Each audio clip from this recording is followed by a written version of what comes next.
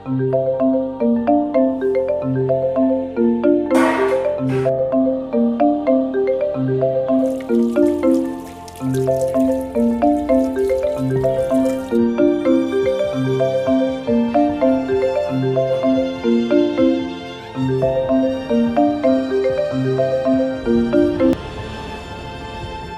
सागर, हा भाड्याच्या पैशाचं काय झालं रे?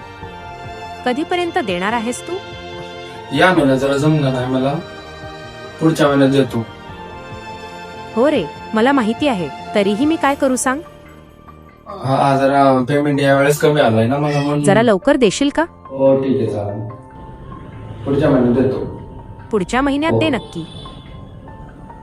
ठीक आहे.